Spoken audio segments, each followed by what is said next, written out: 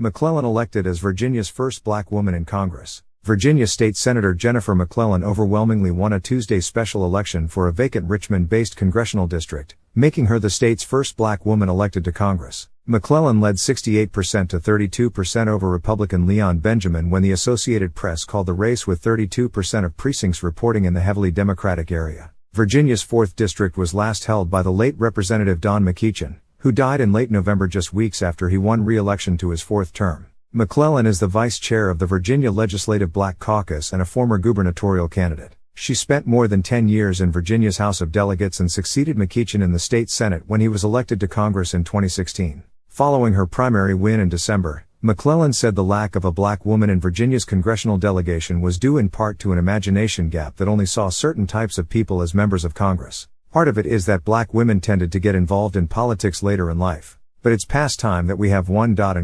The district spans 15 cities and counties, but the largest chunk of voters is in Richmond, a city with a predominantly black population. It's a deep blue seat that McClellan was favored to win following the action-packed firehouse primary in December, which the state Democratic Party scrambled to organize as 4 candidates jockeyed for the seat over the course of a week. Alexis Rogers, chair of the 4th Congressional District Democratic Committee, said she felt that momentum continued after the primary despite it being an off-year special election. Democrats are just really fired up, she said. It could be a decade or more before an opportunity to run happens, and, even in times when there are more competitive races in swing districts, a lot of times black women or women of color are considered less viable or less likely to win, Rogers continued. It's a barrier that we're going to continue to have to chip away at, and I think that means helping organizations understand that they have to invest in black women candidates early, not just wait to see if they can make it to the primary. During the primary, McClellan received an outpouring of support from local and national Democratic politicians and groups. Throughout the primary and the general election,